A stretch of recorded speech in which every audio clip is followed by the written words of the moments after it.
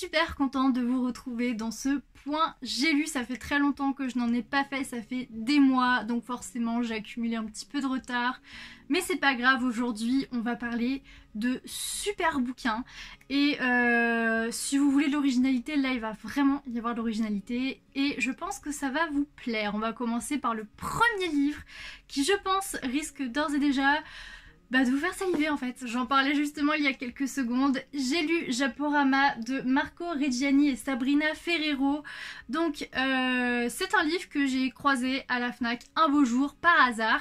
J'ai trouvé la couverture tellement belle, tellement colorée et vivante que je me suis liquéfiée devant en fait. J'étais en mode waouh! Ben dis donc, il est très beau ce livre! Et je l'ai feuilleté un petit peu, je vais vous montrer. C'est du très très lourd, hein. C'est vraiment du lourd.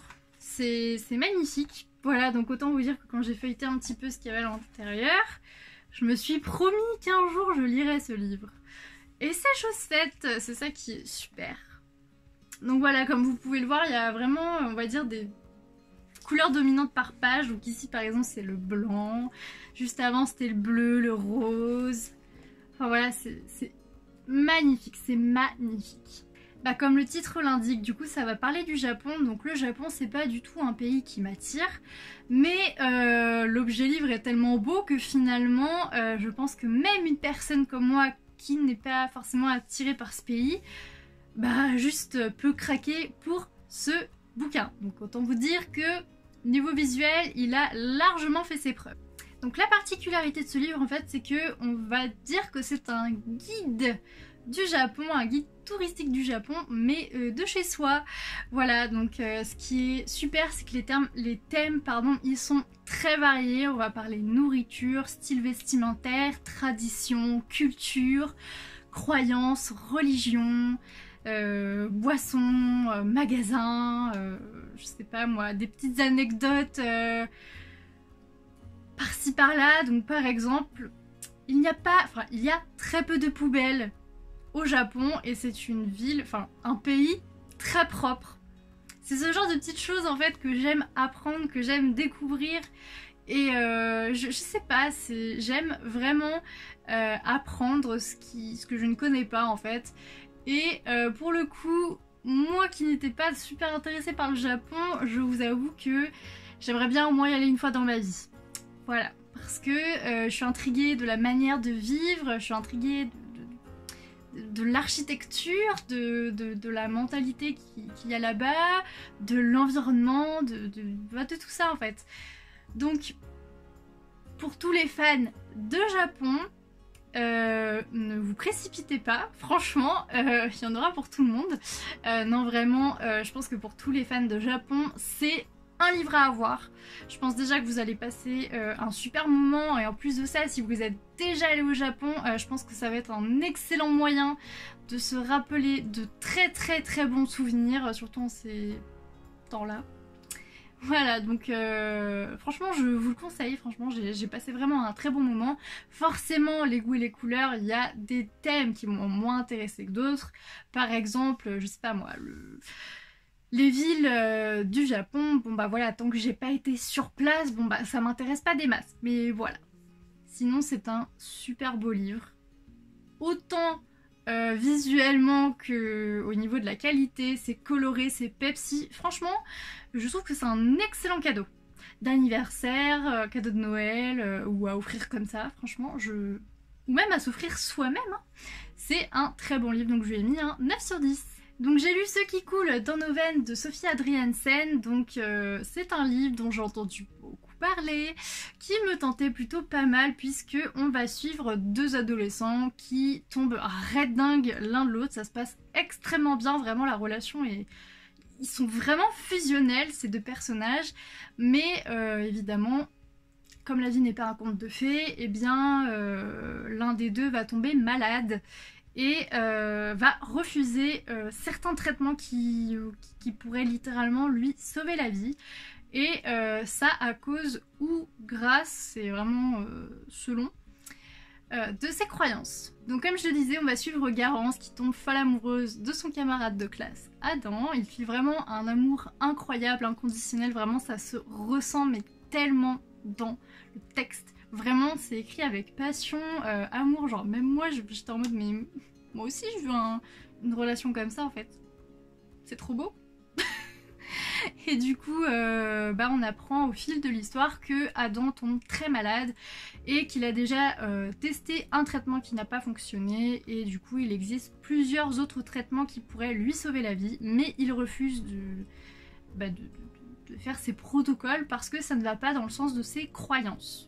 Donc l'autrice ici, elle va s'intéresser à la communauté des témoins de Jéhovah, donc honnêtement j'aime beaucoup apprendre tout ce qui est religion, tout ça, enfin apprendre, découvrir même je dirais des cultures, des croyances et tout ça, donc j'étais très contente en fait de savoir que ce livre allait se tourner vers cette communauté puisque je ne sais rien du tout, et du coup on va découvrir les croyances de cette communauté par rapport à certains examens, à certains traitements médicaux. Donc en soi, de la communauté elle-même, on n'apprend pas de choses, on n'apprend pas autant de choses que je le voudrais, que je l'aurais voulu plutôt. Voilà, on apprend quand même des choses évidemment, mais ça reste vraiment en surface, on va pas en profondeur comme je l'aurais souhaité.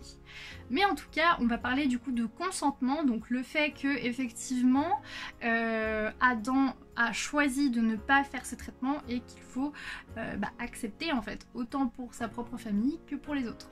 Donc on va aussi parler de respect, donc qui pour moi va avec le consentement en fait, respecter le consentement et les croyances de l'autre en fait, voilà, ça va un petit peu dans ce sens là pour moi. Donc pour moi c'est un livre qui est vraiment bien écrit puisque en fait quand je l'ai lu j'ai réussi à me mettre à la place des deux personnages en fait. Le fait que Garance, elle essaie vraiment de se battre pour qu'il change d'avis et pour qu'il fasse ces traitements pour vivre en fait, je le comprends complètement. J'imagine que si c'était une situation qui se passait dans la vraie vie, évidemment qu'il y aurait des personnes pour essayer de dire réveille-toi. Mais de l'autre côté aussi je trouve ça super intéressant puisque à la place d'Adam, effectivement, comment dire, poursuivre ses croyances et ses valeurs, entre guillemets, je comprends les deux points de vue en fait, donc c'est un texte quand même assez perturbant quand même parce que c'est très bien écrit, mais on arrive quand même à se mettre à la place des deux personnages et c'est tellement frustrant en fait parce que on est là en mode bon, il n'y a ni l'un ni l'autre qui veut lâcher le morceau, mais comment on fait du coup? Enfin bref, voilà, donc j'ai trouvé que c'était très intéressant. La fin, on s'y attend, oui et non. Je m'y attendais, mais pas écrit, pas tourné comme ça en fait, voilà. Donc bon, il y a au moins cette petite surprise à la fin qui n'est pas forcément une bonne surprise, mais bon. Voilà, donc sinon je lui ai mis un 7 sur 10. J'ai bien aimé ma lecture, mais il y avait quand même des petits moments où forcément je me suis un petit peu ennuyée. Nous allons maintenant passer à cette BD complètement loufoque, donc Formica, donc une tragédie en 3 actes qui est pas du tout un collectif, qui est écrit par Fab Caro, écrit et illustré je pense. Alors, comme c'est dit dans le titre, hein, on est à un repas de famille, mais il faut savoir déjà que cette BD, mais elle est complètement absurde. Mais alors complètement absurde. On est à un repas de famille. Et du coup, les membres de cette même famille, ils ont beaucoup de mal à trouver un sujet de conversation en fait. Ils font ce repas de famille parce que c'est ce qu'il faut faire dans la société, mais ils ont absolument rien à se dire, donc ils essaient vraiment, comme ils peuvent, de trouver un sujet. Et comment vous dire que ça part un petit peu dans tous les sens? J'ai lu des trucs, mais je me suis dit, mais non, c'est pas possible, il a pas osé faire ça quand même l'auteur. C'est pas possible, c'est hyper osé, c'est hyper... Genre vraiment, c'est ouf. Il y a beaucoup d'humour noir dans ce livre, vraiment beaucoup. Beaucoup d'ironie, beaucoup de sarcasme. Mais je me suis étalée de rire. Franchement, je pense que j'ai jamais autant rigolé en lisant une BD. Franchement, c'est littéralement le genre d'humour que j'aime, mais avec passion. Vous savez, genre l'humour, mais qui n'a aucun sens. Aucun sens. Tu lis là, mais t'es en mode... Eh mais qu'est-ce qui se passe là? Enfin bref, voilà. Vous avez un petit peu compris où je veux en venir. Je vais vous montrer les illustrations. Bon, je l'ai déjà dit dans une autre vidéo. Je n'aime pas les illustrations, j'aime pas du tout le coup de crayon. Je trouve ça très simpliste, mais très épuré. Mais vraiment, je me suis bidonnée de rire. Voilà. Je connais même quelqu'un qui l'a offert à une amie. Tellement ce livre est... En fait, j'ai mis des extraits sur mon compte personnel. Vraiment, c'est à se tordre de rire. Mais, parce qu'il y a un mais quand même, il y a eu certains passages où je me suis vraiment ennuyée. J'en voyais pas la fin. Mais voilà, c'est un petit peu mitigé, même si je lui ai mis un 7 sur 10. J'ai bouffé de rire, je me suis écroulée de rire. J'en garde vraiment des très bons souvenirs. Mais il ne faut pas oublier qu'il y a quand même des passages où j'étais là en mode bon, bah... ça part peut-être un petit peu trop loin parfois quand même. Voilà, on va maintenant passer à un sujet beaucoup moins drôle. Donc il s'agit de La première fois que j'avais 6 ans d'Isabelle Aubry. Donc c'est un témoignage, un livre même que j'ai demandé directement à la maison d'édition parce que je voulais absolument le lire puisque bah, je me sens littéralement concernée en fait. On va donc parler d'inceste, de viol et de tout ce que cette femme a vécu quand elle était petite et même adulte. Alors je vais être très cash. Si vous avez une sensibilité, je dirais, trop profonde, trop extrême, je ne vous recommande pas ce livre. Non pas parce qu'il est, il est horrible et tout ça, mais parce que l'autrice a un franc-parler. Et je sais que selon la sensibilité des personnes, des lecteurs, ça peut plus ou moins heurter. Si vous vous sentez capable de lire ce livre, vraiment je vous encourage à y aller 1000 fois parce que il est dur à lire, c'est sûr, il est extrêmement dur. J'ai lu plusieurs témoignages sur l'inceste et j'ai trouvé qu'il était vraiment dur. Voilà, maintenant je trouve qu'il est... ça va être un terme un petit peu étrange, mais je trouve qu'il est grandiose. Il est grandiose en fait parce qu'il retrace l'histoire de cette femme, mais qui a connu l'enfer. Mais l'enfer pendant des années et des années. Et il faut bien dire ce qui est. Quand on vit ce genre de traumatisme, en fait, on n'en guérit jamais, en fait. On vit avec, on apprend à vivre avec, mais on n'en guérit jamais. Et en fait, je le trouve grandiose parce que cette femme, elle a vécu vraiment des atrocités. Et elle s'est relevée. Elle s'est vraiment relevée, elle s'est battue. Et aujourd'hui... elle est présidente et elle est présidente d'une association qu'elle a fondée. Et pour ça, vraiment une association qui est très connue en plus de ça en France, voilà, juste pour ça, je trouve qu'il est très important à lire en fait, parce que effectivement, elle a vécu des choses horribles, mais combien de fois je me disais mais c'est pas possible, c'est pas possible ce que je suis en train de lire. Et à la fois, il y a ce merveilleux message d'espoir en fait, à la fin, d'une femme qui a vécu l'enfer, qui s'est relevée et qui aujourd'hui marche et hurle pour elle-même et pour les autres. Donc voilà, pour en revenir à ce franc-parler, j'ai trouvé ça extrêmement cool. Voilà, c'est un avis personnel, je sais que ça ne plaira pas à tout le monde, mais je l'ai trouvé absolument génial parce qu'elle mâche pas ses mots, elle tourne pas autour du pot comme certains auteurs peuvent le faire. Après, encore une fois, c'est la sensibilité de chacun, même les auteurs. Donc j'ai trouvé ça super parce qu'en fait, j'avais vraiment ce sentiment qu'elle écrivait en disant bah voilà, j'ai vécu ça, j'ai fait ça, mais maintenant c'est du passé. Alors que certains auteurs, j'ai plus l'impression que le passé est encore présent.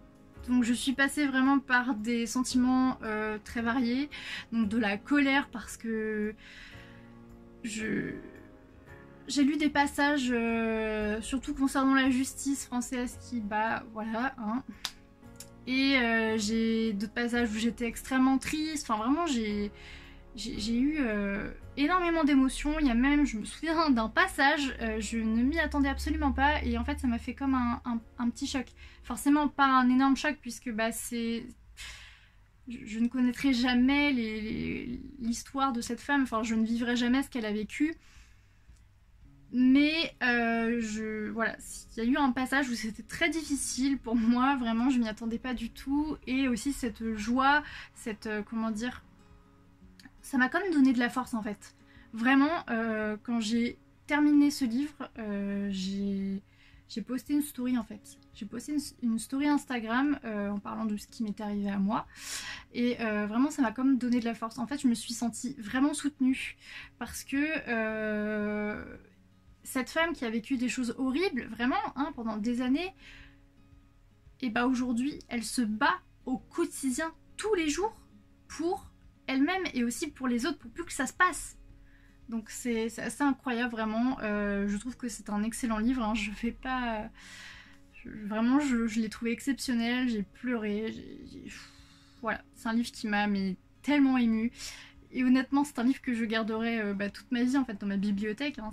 Ça fait partie de l'un des livres sacrés de ma bibliothèque, donc je lui ai mis un 9 sur 10. On passe à quelque chose de plus joyeux, donc le 3e tome de Heartstopper de Alice Oseman. Donc je vais vous montrer rapidement les illustrations. Bon, je les aime toujours, hein, elles sont très mignonnes. Même si j'avoue je préfère les couleurs, mais bon voilà. Donc ici, ce tome-ci du coup est axé sur l'acceptation de soi, des autres, du respect de soi et des autres, et de l'ignorance du regard des autres. Oui, effectivement on parle énormément des autres. Donc finalement j'ai pas... c'est triste et drôle, mais en fait j'ai jamais grand chose à dire sur cette saga en fait. Voilà, comme je l'ai déjà répété plusieurs fois, chaque tome a une thématique bien précise. Ce 3e tome, c'est vraiment l'acceptation. On se cache plus, on assume. Et si ça plaît pas aux autres, on en a juste rien à foutre. En fait, ça nous concerne pas. Tant que nous, on est heureux. Voilà, c'est exactement le message que fait passer ce tome-ci. Donc c'est génial en fait, cette saga, parce que vraiment, ça permet tellement de s'identifier au personnage, à la relation qui évolue, je dirais même au point de vue. Au début, voilà, j'ai fait mon coming out. J'ai un peu de mal à l'exposer encore aux yeux des gens, mais bon, voilà. Et puis, d'un coup, ça y est, je me sens bien, je me sens prêt, donc je peux enfin exposer mon orientation sexuelle et ma relation aux yeux des gens. Il n'y a pas de souci. Et aussi, je pense que c'est un bon livre aussi pour les personnes qui ont du mal à accepter les relations homosexuelles, hein. Voilà, parce que en fait finalement, on va pas se mentir, hein, on va pas non plus lancer un débat, mais homosexualité ou hétérosexualité ou tout ce que vous voulez, en fait, ce sont des gens qui s'aiment, donc du coup, le sexe, on s'en fout en fait, littéralement, et c'est ce que veut faire passer l'autrice en fait.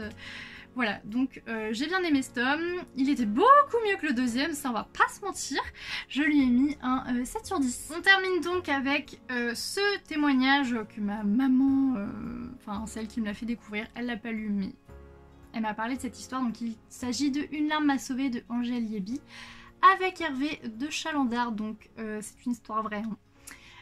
Donc c'est une femme qui un jour s'est sentie extrêmement mal, elle sentait bien en fait que c'était plus intense que d'habitude, que c'était pas juste une migraine ou pas juste un petit malaise, que c'était plus important que ça, plus intense, mais elle savait pas comment interpréter ça. Donc malheureusement elle a perdu connaissance et du coup aux urgences en fait ils l'ont plongée dans un coma artificiel. Sauf que coma artificiel, en fait, ça ne veut pas dire que la personne est inconsciente, ça ne veut pas dire que la personne ne ressent absolument rien, puisqu'ici, comme nous livre l'autrice, en fait, elle n'était pas inconsciente, en fait, elle ressentait tout, elle entendait tout.